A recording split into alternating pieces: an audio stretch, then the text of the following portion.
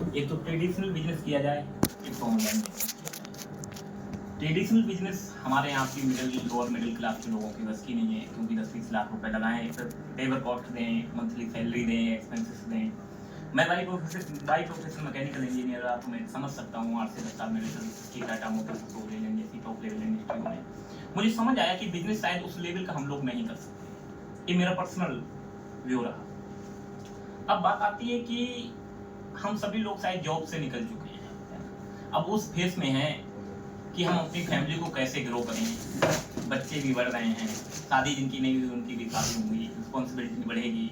लोग कैसे हम बहुत ज़्यादा फाइनेंशियल फ्री हो सकें, या हमारे सबके अंदर एक छोटा सा किलो रहता है कि भाई मेरे पास इतना पैसा आ जाए, और ये कहाँ से आए। उसी कसमें हम पूरा बर्डन लिए घूमते रहते हैं, और सारी परिवार की खुशियाँ, परिवार को समय देना शायद वो हल्के हल्के हमारे लोगों से निकलता रहता है। तो मैं छोटा सा अपना इंट्रोडक्शन देना चाहूँगा।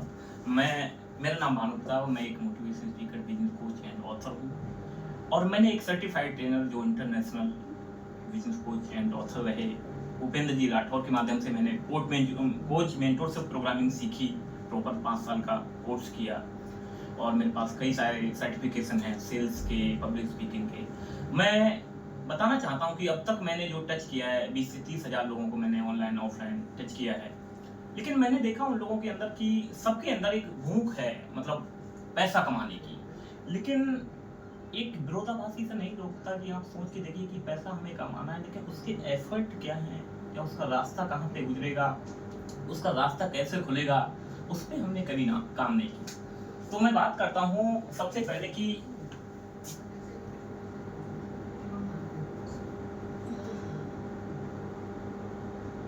लर्नेबिलिटी, सीखने की ललक, इससे जुड़ा हुआ पार्ट है अर्नेबिलिटी। बहुत सारे लोग इस पार्ट को मिस कर देते हैं और इसे पाना चाहते हैं। यस या नो? यस। एम आई राइट या रॉन्ग? राइट। क्या इसके बिना इसे पाना संभव है? नहीं है भी तो 10 या 20%, 5%। तो यदि इस पार्ट को हम थोड़ा सा समय दे दें, मैं ये नहीं कहता कि उसको 10 साल दे दो, 5 साल दे दो, मेरी तरह 10 साल दे दो। और हम सब लोगों ने देखा भी है, जो लोग जॉब में थे या आप जॉब में रहे होंगे, हमने देखा कि हम सीखना चीज़ों को अवॉइड कर देते हैं एक कॉलेज टाइम के बाद। लेकिन क्या हमें सिर्फ कॉलेज तक, पढ़ाई तक ही सीमित है सीखना? ब्रेन हमारे पास है, मस्तिष्क है, ईश्वर की दी हुई अद्भुत शक्ति है। हम उसको जितना ग्रो करेंगे उतनी आगे ग्रो कर सकते हैं। Money is not problem, problem is mindset.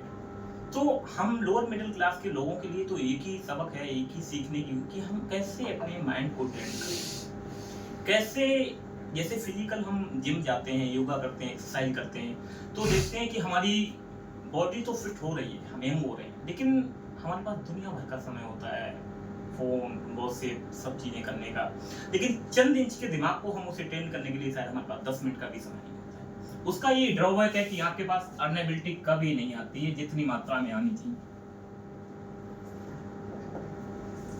आज इसी एरिया में जहाँ पे हम बैठे हैं, कोई घरों से करोड़ों रुपए कमा रहा होगा, ये शेयर हो, लेकिन हम और आप शायद लाखों में नहीं खेल पा रहे। क्यों? क्योंकि शायद हमारे पास वैसा बिहेवियर नहीं है, वैसा माहौल नहीं है, या हमें कोई गाइडेंस नहीं मिला। यदि गाइडेंस मिला भी तो हमें ऐसा लगता है यार इसे क्यों हमें करना है। बात आती है कि इन्वेस्टमेंट की। हम सभी को पता है, हम इंश्योरेंस सेक्टर में हैं, हम चाहते हैं कि पैसे के इन्वेस्टमेंट का तो रूल ही है ना कि 2%, 2 रुपए लगाओ, 4 रुपए मिलेंगे, हमारी लाइफ की सर्टेनिटी हो, लाइफ हमारी सिक्योर हो जाए। इन्वेस्टमेंट का रूल है।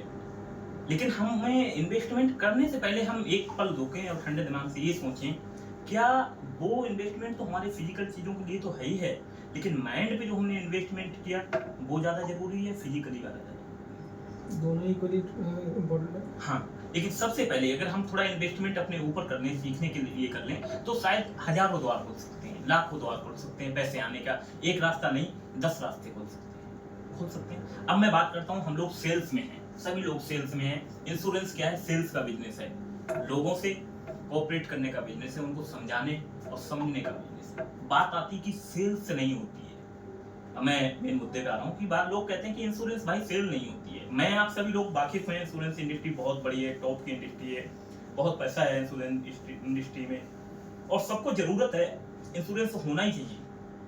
हमें कुछ हो ना हो इंश्योरेंस सिक्योरिटी चाहिए। हम सबको डीओ भी पता है, डेट ऑफ बर्थ, लेकिन हम किसी को शायद डीओडी नहीं पता है, डीओडी नहीं पता है, डेट ऑफ डेथ नहीं पता है, डेट ऑफ डिसेबिलिटी भी नहीं पता है, डेथ ऑफ डिजीज भी नहीं पता है। तो इस कॉन्सेप्ट को लेके हम लोगों का भ्रम होता है कि जब हम मार्केट में जाते हैं तो लोग सोचते हैं कि हमारे पास आया तो मैं सर के पास गया, तो लोगों की मेंटल क्या रहता है कि मेरे को टोपी पहनाने आ रहा है, यार ये बेचने आ रहा है, ये करने आ रहा है, ये अपना प्रोडक्ट लेके आ रहा है। तो क्या हम उस भावना से जाते हैं कि जिस भावना से जाना चाहिए? सबसे पहले सेल्स का सबसे फर्स्ट ब्लेंडर मिस्टेक है कि सेलिंग